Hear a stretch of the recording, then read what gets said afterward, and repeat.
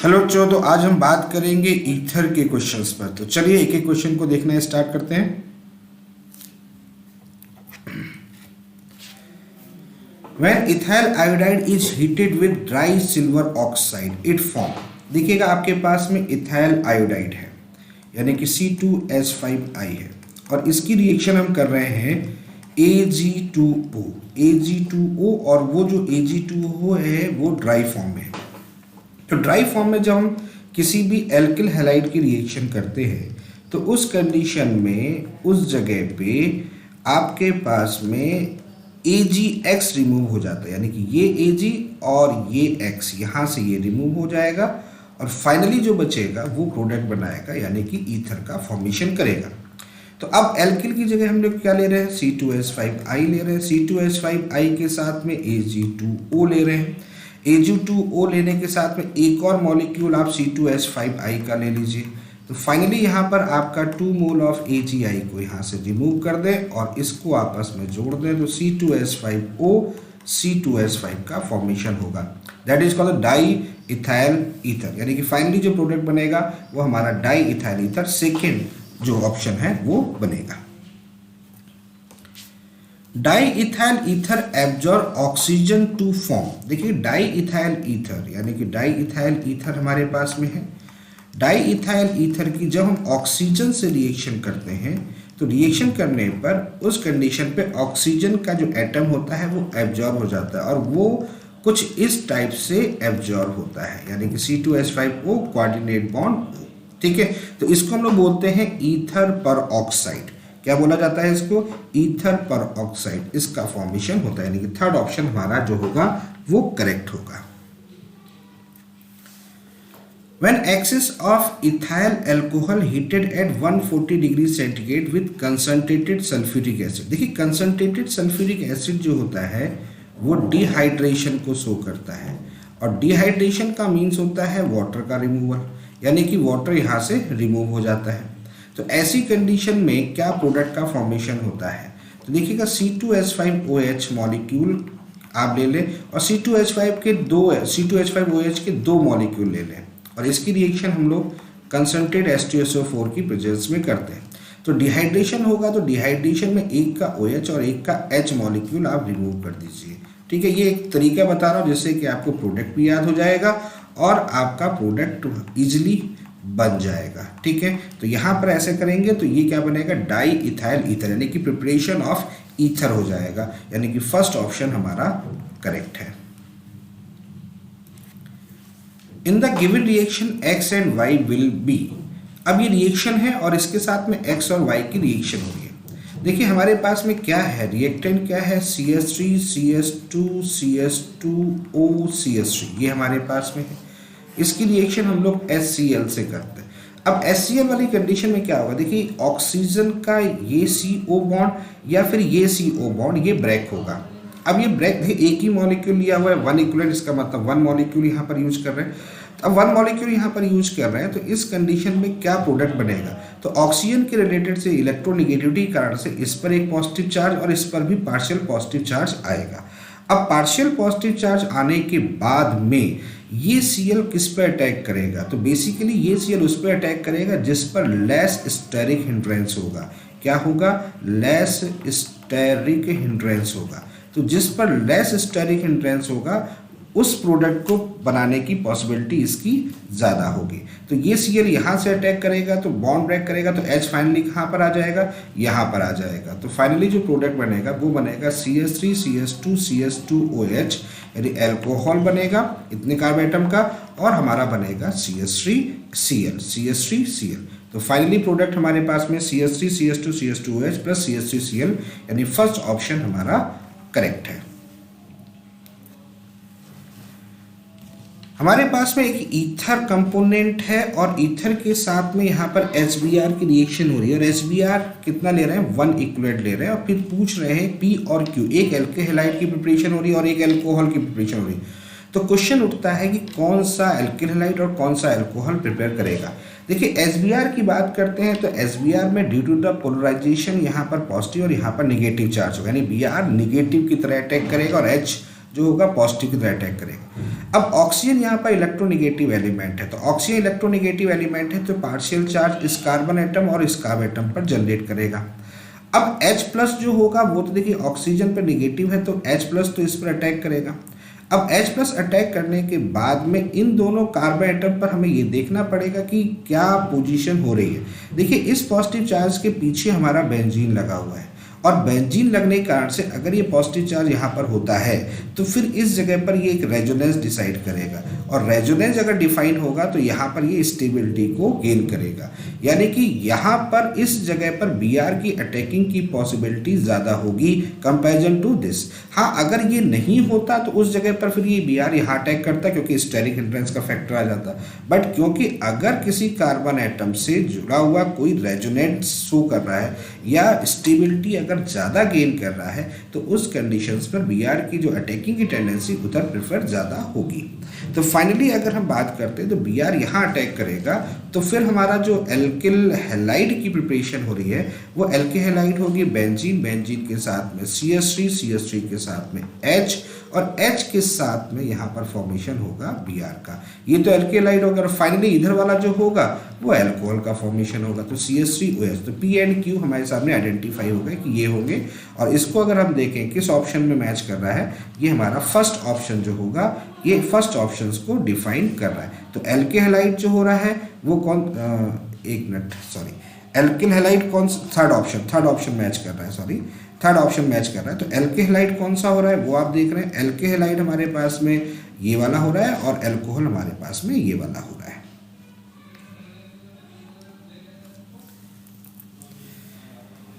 अब हमारे पास में एक ईथर का कंपोनेंट है और ईथर के साथ में HI की रिएक्शन हो रही है, HI एक्सेस फॉर्म में हो रहा है। तो अब देखना स्टार्ट करते हैं। यहाँ पर देखिए क्या है हमारे पास में फिनाइल फॉर्म, बेंजीन के साथ में OO के साथ में यहाँ पर CH2 एंड देन इसके साथ में हमारे पास में ये बेंजीन लगी हुई।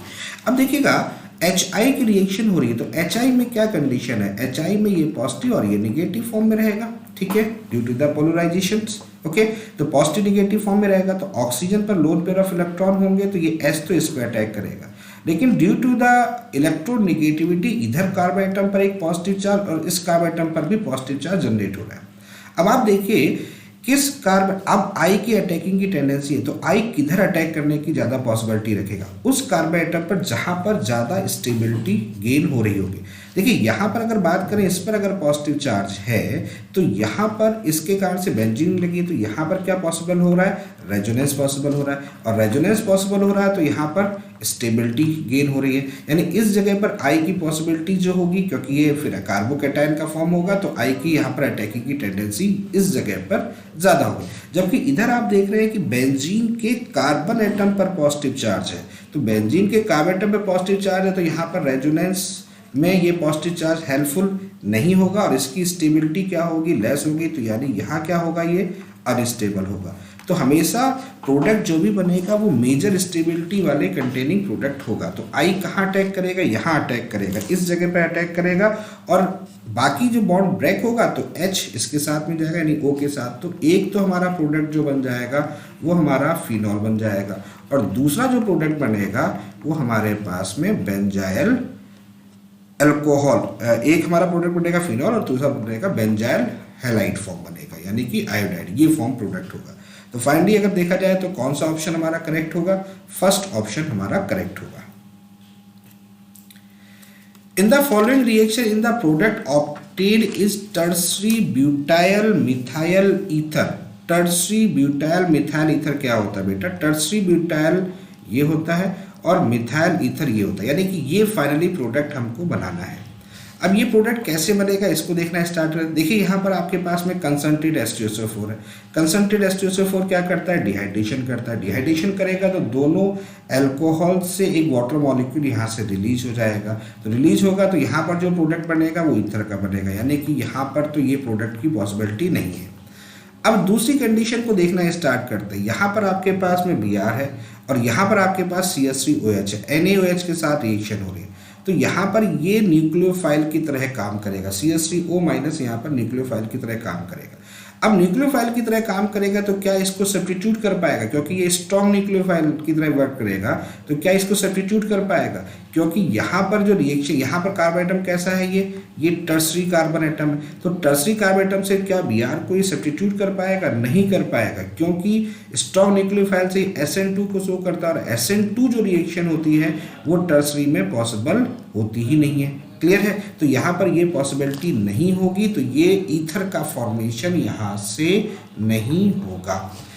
हाँ, इस कंडीशन को देखो तो यहाँ पर देखिएगा आपके पास में ये न्यूक्लियोफाइल की तरह वर्क कर रहा है, ठीक है, और ये न्यूक्लियोफाइल होगा तो ये कैसा होगा, स्ट्रॉन्ग न्यूक्लियोफाइल होगा। स्ट्रॉन्ग न्यूक्लियोफाइल होगा तो SN2 रिएक्शन को तो ये हेल्प कर ही रहा है, और ये क्या करेगा, इस Br को यहाँ से इजीली सब्स्टिट्यूट करेगा, क्योंकि ये Br कैसा है, एक सिंपल कार्बन एटम का है। तो SN2 में कंडीशन ही क्या होती है, SN2 में कंडीशन होती है कि हमेशा जो होता है रिएक्शन जो होती है वो primary then secondary then tertiary, tertiary में तो पॉसिबल ही नहीं होता है, ठीक है। तो यहाँ से आप इसको सब्स्टिट्यूट कर सकते हैं, और फिर ये CH3 यहाँ अटैक करेगा तो यहाँ पर हो जाएगा CH3, यानी जुड़ेगा यहाँ पर CH3O, यहाँ पर CH3, ये CH3 और ये CH3, तो फाइनली जो होगा ये प्रोडक्ट यहाँ पर फॉर्मेशन होगा। तो फाइनली जो आंसर मिलेगा वो हमारा थर्ड ऑप्शन करेक्ट है, और यही कंडीशन यहाँ पर भी पॉसिबल, जो ऊपर पॉसिबल आ रही थी उसमें और स्ट्रॉन्ग न्यूक्लियोफाइल लगा तो ऊपर और नीचे में कोई डिफरेंस नहीं है, तो ये भी प्रोडक्ट का फॉर्मेशन नहीं करेगा।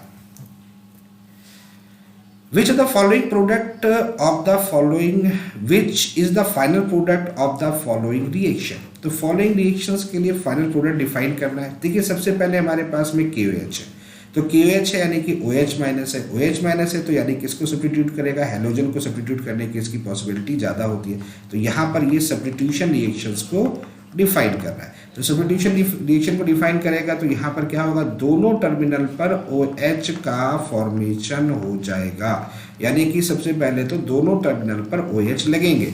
अब OH यहाँ पर लग गया है तो इसमें क्या होता है, देखिएगा दोनों कार्बन एटम हैं, दूर दूर भले ही है, लेकिन यहाँ पर एक पॉसिबिलिटी हमेशा रहती है इसको स्टेबल फॉर्म में क्रिएट करने के लिए, यानी अपने आप ही मॉलिक्यूल अपने आप को स्टेबल करना चाहता है, और उस स्टेबल के लिए दोनों टर्मिनल से एक वाटर मॉलिक्यूल को वो रिलीज करने की पॉसिबिलिटी करेगा। तो यहाँ से अगर H और यहाँ से OH अगर हम निकाल लें तो उसकी पॉसिबिलिटी साइक्लिक फॉर्मेशन की हो जाएगी। अब साइक्लिक कितने मेंबर की होगी, 1 2 3 4 एंड 5, यानी 5 मेंबर का साइक्लिक प्रोडक्ट हमारे सामने क्रिएट होगा, यानी कि ये हमारे सामने क्रिएट होगा। तो कौन सा ऑप्शन मैच कर रहा है, देखिएगा सेकेंड ऑप्शन मैच कर रहा है, यानी कि सेकेंड ऑप्शन करेक्ट है।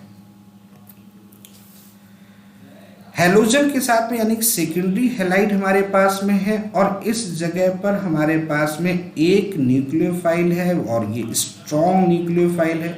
स्ट्रॉन्ग न्यूक्लियोफाइल होता है तो SN2 रिएक्शन को फेवर करता है, बट SN2 रिएक्शन जो होती है वो सेकेंडरी सबसे ज़्यादा प्राइमरी हैलाइड में फॉलो करती है।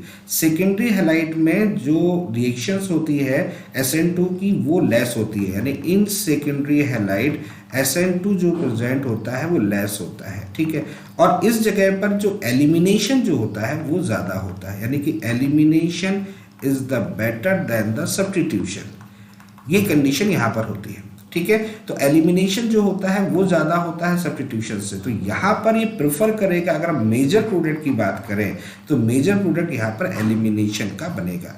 दूसरी बात है यहाँ पर जो एलिमिनेशन प्रोडक्ट बनेगा वो हॉफमैन को फॉलो करता है, हॉफमैन को फॉलो करता है। हॉफमैन में क्या होता है कि रिवर्स ऑफ, यानी कि आप कह सकते हैं अपोजिट ऑफ द सेटजफ, अपोजिट ऑफ द सेटजफ रूल्स होता है, ठीक है, अपोजिट ऑफ द सेटजफ। तो अपोजिट ऑफ द सेटजफ की बात करते हैं तो हाइड्रोजन वहां से निकलेगा जिस पर greater number of hydrogen atom present होंगे, तो यहाँ से H निकलेगी, यहाँ से H निकले। देखिए कंडीशन मैं कुछ ऐसे बना रहा हूँ, आप इसको देखें तो H यहाँ से निकले, यहाँ पर ये Br है, और यहाँ से H निकले, तो इन दोनों में से H निकलने की पॉसिबिलिटी यहाँ से होगी अकॉर्डिंग टू हॉफमैन रूल, और H यहाँ से निकलेगा अकॉर्डिंग टू द सेटजफ रूल। तो सेटजफ रूल को फॉलो नहीं करता है, हॉफमैन करता है, तो डबल बॉन्ड यहाँ पर प्रिपेयर होगा। तो फाइनली जो प्रोडक्ट यहाँ पर बनेगा वो सेकेंड ऑप्शन क्रिएट होगा। हमारे पास में एक हैलाइड है, सेकेंडरी हैलाइड है, सेकेंडरी हैलाइड के साथ में एक न्यूक्लियोफाइल यूज कर रहे हैं, तो ये स्ट्रॉन्ग न्यूक्लियोफाइल है, तो स्ट्रॉन्ग न्यूक्लियोफाइल है तो ये सब्स्टिट्यूशन रिएक्शंस को फॉलो करेगा। बट यहाँ पर क्योंकि ये स्ट्रॉन्ग न्यूक्लियोफाइल है तो इस कंडीशन पर जो एलिमिनेशन जो होता है वो सब्स्टिट्यूशन रिएक्शन से ज़्यादा डोमिनेंट होता है। तो इस जगह पर जो होगा पॉसिबिलिटी होगी वो किसकी होगी, सब्स्टिट्यूशन रिएक्शन की ज़्यादा नहीं होगी, एलिमिनेशन की ज़्यादा होगी। और यहाँ पर जो एलिमिनेशन करता है वो किसके अकॉर्डिंग करता है, हॉफमैन रूल के अकॉर्डिंग करता है। ठीक है, हालांकि इसमें तो कोई ज़रूरत ही नहीं है, बी आर है, कहीं से भी आप एच निकाल सकते हैं, आप चाहे एच यहाँ से भी निकाल सकते हैं, क्योंकि मेजर प्रोडक्ट की बात कर रहे हैं तो मेजरिटी यहाँ पर किसकी होगी, एलिमिनेशन की ज़्यादा होगी। तो डबल बॉन्ड का फॉर्मेशन करेगा तो दोनों में डबल बॉन्ड का फॉर्मेशन होगा, यानी कि सेकेंड प्रोडक्ट यहाँ पर बने, यानी सेकेंड ऑप्शन करेक्ट प्रोडक्ट बनेगा। अब हमारे पास में एक ईथर है, ईथर के साथ में HI की रिएक्शन हो रही है, यानी HI positive to negative polarization के थ्रू, यानी कि पॉजिटिव निगेटिव चार्ज है। तो H प्लस तो जो होगा वो ऑक्सीजन पे जो लोन पेयर है उस पर अटैक कर जाएगा। अब कंडीशन आती है कि इस I की, यानी कि हेलोजन कहाँ अटैक करेगा, तो ड्यू टू द इलेक्ट्रोनेगेटिव इस कार्बेटन पर पॉजिटिव चार्ज जनरेट हो रहा है, इस कार्बेटन पर पॉजिटिव चार्ज जनरेट हो रहा है। अब यहाँ पर जो पॉजिटिव चार्ज जनरेट होगा इस कार्बन एटम पर अगर देखा जाए तो due to the hyperconjugation ये पोर्शन जो होगा मोर स्टेबल होगा। और यहाँ पर अगर पॉजिटिव चार्ज चेक करते हैं तो यहाँ पर ये लेस स्टेबल होगा। क्यों लेस स्टेबल होगा, क्योंकि यहाँ पर ये टर्मिनल पर पॉजिटिव चार्ज है। तो टर्मिनल पर यानी कि साइक्लिक फॉर्म में पॉजिटिव चार्ज जो होता है वो बहुत ही लेस स्टेबल होता है। ठीक है, होता ही नहीं है, बहुत लेस स्टेबल होता है। तो ये पॉसिबिलिटी होगी नहीं, तो यहाँ पर पॉसिबिलिटी होगी तो आई की अटैकिंग की टेंडेंसी किस कार्बेटम पर होगी, इस कार्बेटम पे ज़्यादा होगी। तो फाइनली H इधर बनेगा, यानी कि यहाँ जब ब्रेक करोगे तो OH ये बनेगा और आयोडाइड वाला जो प्रोडक्ट होगा, आयोडीन वाला प्रोडक्ट होगा वो ये बनेगा। तो इसको अगर देखो कहाँ ऑप्शन में हमको मिल रहा है, देखिए I देखो यहाँ लगा हुआ है, देखो इस कार्बेटम पर, तो ये I इधर दिख रहा है हमको और ये OH यहाँ बन रहा है, यानी कि थर्ड ऑप्शन हमारा करेक्ट होगा। The major organic product in the reaction, देखिएगा हमारे पास में एक कंपाउंड है, यहाँ पर CH3 है, यहाँ O है, यहाँ C, इसके साथ में H और उसके बाद में CH3 HI के साथ में रिएक्शन कर रहे हैं। तो HI के साथ रिएक्शन कर रहे हैं तो ये पॉजिटिव टू निगेटिव चार्ज, और इस ऑक्सीजन के थ्रू इस कार्बेटम पर भी पॉजिटिव चार्ज और इस कार्बेटम पर भी पॉजिटिव चार्ज है। अब आयोडीन की जो अटैकिंग है वो किधर ज़्यादा होगी, ये सोचने वाली बात है। तो आयोडीन हमेशा उधर अटैक करता है जिस साइड में लेस स्टेरिक हिंड्रेंस पॉसिबल हो, लेस स्टेरिक हिंड्रेंस पॉसिबल हो। तो लेस स्टेरिक हिंड्रेंस हमारा कहाँ मिल रहा है, इस पर मिल रहा है। तो आयोडीन की अटैकिंग कहाँ होगी, इस कार्बेटम पर होगी।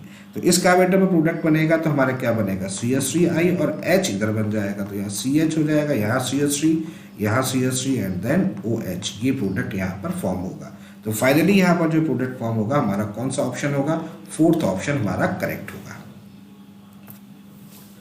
इन the reaction which the following compound will be form, तो चलिए फॉर्म करते हैं रिएक्शंस में। देखिए आयोडीन है, अटैक करेगा, लेस स्टेरिक हिंड्रेंस पर अटैक करेगा, लेस स्टेरिक हिंड्रेंस पर अटैक करेगा। ठीक है, तो लेस स्टेरिक हिंड्रेंस कहाँ मिल रहा है, देखो इस कार्बेटम पर अटैक करेगा, यानी कि इस जगह पर प्रोडक्ट का फॉर्मेशन करेगा। तो इस जगह पर प्रोडक्ट का फॉर्मेशन करेगा तो H कहाँ हो जाएगा, H इस ऑक्सीजन पर अटैक करेगा। तो फाइनली ये प्रोडक्ट यहाँ बनेगा, तो प्रोडक्ट बनेगा CH3 CH CH3, यहाँ पर आपका हो जाएगा CH2OH प्लस यहाँ हो जाएगा CH3 CH2I, ये फाइनल प्रोडक्ट बनेगा। तो देखिए कौन सा ऑप्शन हमारा मैच कर रहा है, देखिए फोर्थ ऑप्शन हमारा मैच कर रहा है। CI bond in ether can be easily broken, तो कौन सा बॉन्ड इजिली होगा, जिसकी बॉन्ड लेंथ ज़्यादा होगी, बॉन्ड लेंथ ज़्यादा हो और बॉन्ड स्ट्रेंथ जिसकी कम हो। तो बॉन्ड लेंथ ज़्यादा हो, बॉन्ड स्ट्रेंथ कम हो, तो बॉन्ड लेंथ किस पर डिपेंड करेगा, साइज पर डिपेंड करेगा। तो जिसका जितना ज़्यादा साइज होगा उतना ही ज़्यादा वहाँ पर बॉन्ड लेंथ होगी। क्लियर है, तो उतनी ही ज़्यादा वहाँ पर बॉन्ड लेंथ होगी। तो अब इस कॉन्सेप्ट को अगर देखते हैं तो bond length inversely proportional to bond strength, तो साइज किसका ज़्यादा होगा, I का होगा। तो इसका कह सकते हैं बॉन्ड लेंथ इसकी कैसी होगी, मैक्सिमम होगी। तो ये इजिली बॉन्ड ब्रेक कर लेगा क्योंकि इसको बॉन्ड को तोड़ने के लिए ज़्यादा एनर्जी की रिक्वायरमेंट नहीं होगी।